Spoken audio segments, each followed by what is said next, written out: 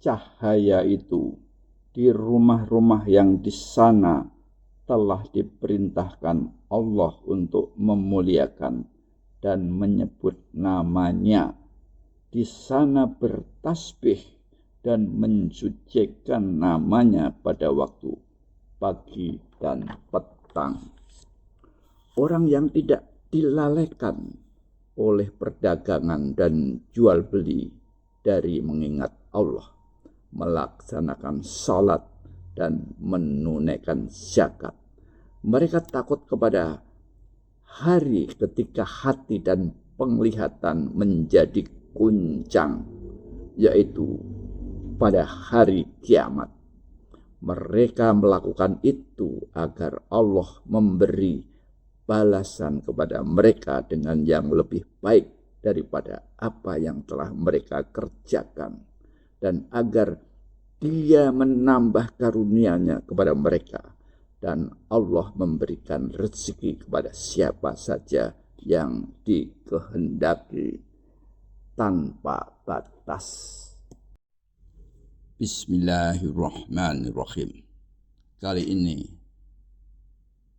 kita akan mengupas mengenai surat An-Nur ayat 36, 37, dan 38. Dalam 3 ayat ini Allah sangat jelas mengatakan bahwa ada orang-orang yang telah dengan sadar mengabdikan dirinya kepada Allah, dan dia hidup di bumi ini adalah atas jaminan Allah, atas kehendak Allah, dan dia sangat sadar sesadar-sadarnya bahwa aktivitas apapun selalu dalam sorotan Allah, dalam teropong Allah. Dan manakala kita bicara mengenai kehidupan duniawi adalah kehidupan yang sangat menyilaukan. Duniawi adalah kehidupan yang membuat manusia mudah tergelincir. Duniawi adalah hal-hal yang membuat manusia lupa akan Allah, lupa akan hakikat dirinya, dan lupa kemana setelah ini, kemana hidup ini setelah hidup yang ini. Dalam 3 surat ini Allah menyebutkan, menyitir, dan menunjukkan orang-orang yang disayangi oleh Allah, orang-orang yang dikasihi oleh Allah, yaitu mereka yang tidak silau dengan kehidupan duniawi, mereka yang tidak silau dengan perdagangan. Kenapa perdagangan? Kenapa silau dengan perdagangan? Karena perdagangan duniawi ini adalah ibaratnya mencangkul sawah, ibaratnya berdagang dari 2 menjadi 3, dari 3 menjadi 4, dari 10 menjadi 15, menjadi 20, dan seterusnya, dan seterusnya. Dan hal tersebut, iming-iming perdagangan dunia itu sangat menggiurkan, sangat menyilaukan. Sudah punya mobil 1, ingin punya mobil 2. Sudah punya mobil 2, ingin punya mobil 3. Sudah punya rumah 1, ingin punya rumah 2. Dan seterusnya, dan seterusnya, dan seterusnya. Ini 3 ayat dari surat An-Nur betul-betul mengulik kehidupan orang-orang yang sudah betul-betul menggadaikan dirinya kepada Allah. Dia berdagang kepada Allah. Dia yakin seyakin-yakinnya bahwa dia tidak akan kemana-mana. Dia tidak ingin mengejar duniawi ini sehingga dia lalai, sehingga dia lupa atau bahkan tidak memikirkan hari akhir. Sehingga dia siang malam kegiatannya adalah tasbih, tahmid, dan menyebut nama Allah, menjalankan ibadah 5 waktu dan menjalankan sholat sunat lainnya. Dan dia senantiasa menyisihkan hartanya untuk dibelanjakan kepada orang-orang yang lebih membutuhkan. Dia sadar sesadar-sadarnya bahwa di antara rezeki yang diperoleh dari Allah itu ada milik orang lain, milik kaum yang tidak punya, milik orang-orang yang membutuhkan. Karena dia sangat sadar, maka dia pun disibukkan dengan membayar zakat, disibukkan dengan menginfakkan hartanya, disibukkan dengan mensodahkan bagian hartanya. Bukan hanya yang wajib saja, yang wajib adalah zakat, namun dia sibuk menginfakkan. Infak adalah melebihi kewajiban. Dia sibuk sekali menginfakkan hartanya dan melakukan kebaikan-kebaikan lainnya kepada sesama manusia. Orang-orang yang seperti ini yang sudah tahu arah perjalanan hidupnya, yang sudah tahu akan kemana setelah hidup yang ini, sehingga dalam situasi kondisi perekonomian yang sulit ataupun perekonomian yang mudah, dia senantiasa melakukan tahapan-tahapan langkah-langkahnya secara teratur. Dia tidak gelisah apabila perniagaannya sedang sulit. Bahkan dia pun juga tidak berhambur-hambur apabila kekayaannya berlimpah. Dia senantiasa mengingat bagian-bagian mana yang harus disedekahkan. Ini adalah sifat-sifat manusia yang sudah digambarkan dalam ayat 36, 37 dan 38 dari surat An-Nur. Jadi mari kita coba kita telaah kehidupan kita. Sudah sampai sejauh mana kita menjalani kehidupan seperti yang diharapkan oleh Allah. Rasulullah Shallallahu Alaihi Wasallam banyak memberi keteladanan mengenai kehidupan yang seperti ini. Rasulullah tidak pernah demikian antusias menjalankan kehidupan duniawinya kecuali untuk masyarakat yang lebih membutuhkan. Bahkan di saat-saat malam hari sebelum tidur, Rasulullah pun sangat intens, sangat gelisah. Kemana ini? Ada beberapa butir kurma. Aku harus berikan kepada siapa? Sebelum Rasulullah berangkat tidur. Karena ada orang yang membutuhkan 2 butir, 3 butir kurma ini untuk lebih bermanfaat kepada orang lain yang lebih membutuhkan. Ini hanya sebutir atau 2 butir kurma.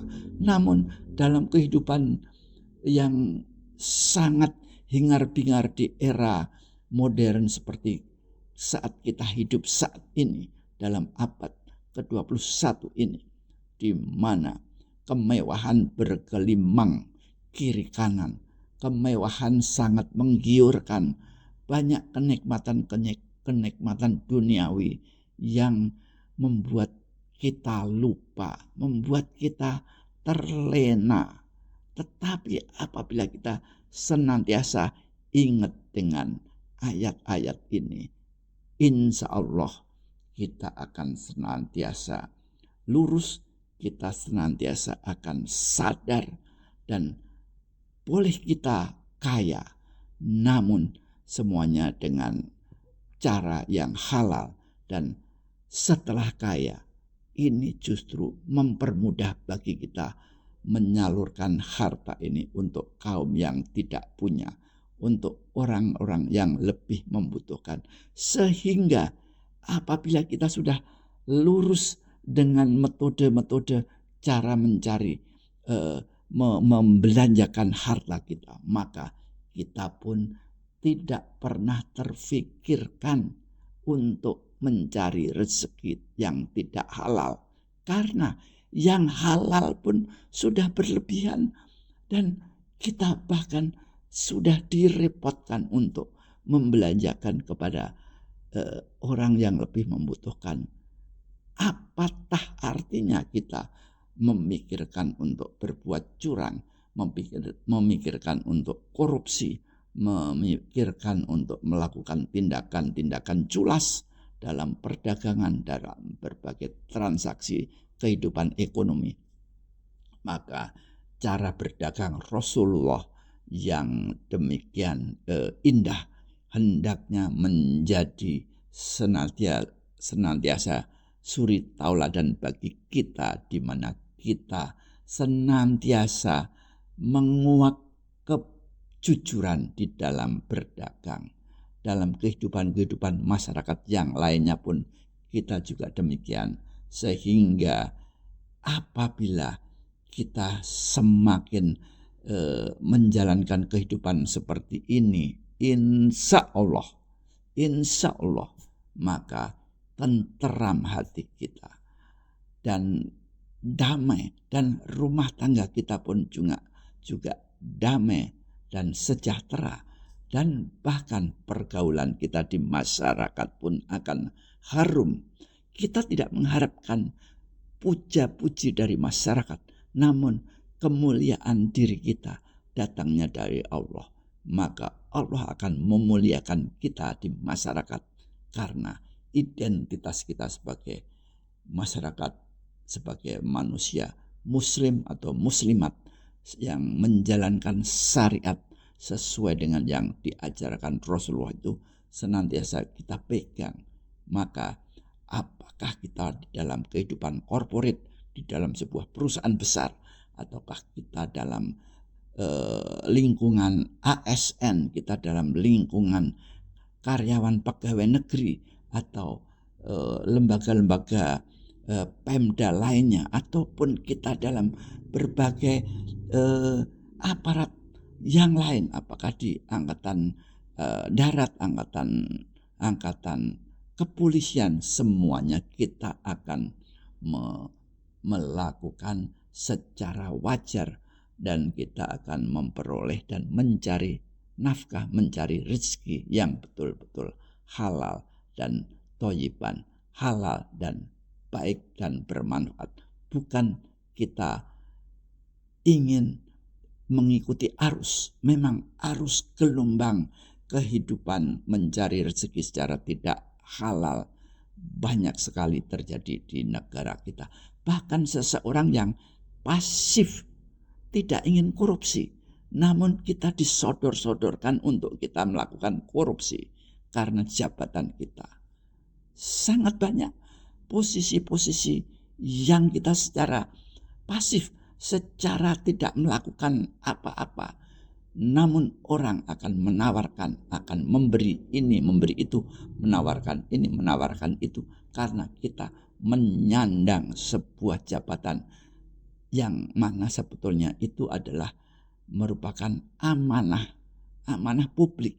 Kita harus melayani masyarakat, kita harus menjalankan tugas-tugas pemerintahan.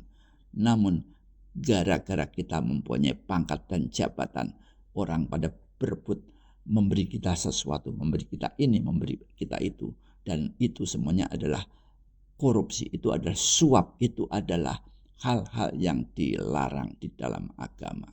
Sehingga insya Allah apabila kita bisa tidak hanyut dengan hal-hal itu, maka negara Indonesia yang saat ini sangat amburadul, kita sangat kecewa mendengar berbagai informasi di media massa di mana kondisi korupsi yang sangat merajalela dan ini sulit diberantas, namun ternyata dari level, dari tingkat bawah, dari tingkat orang-orang awam pun juga menyodorkan kita untuk melakukan korupsi, menawarkan ini, menawarkan itu, bahkan mengirim ke rumah atau bahkan mentransfer ke rekening-rekening kita.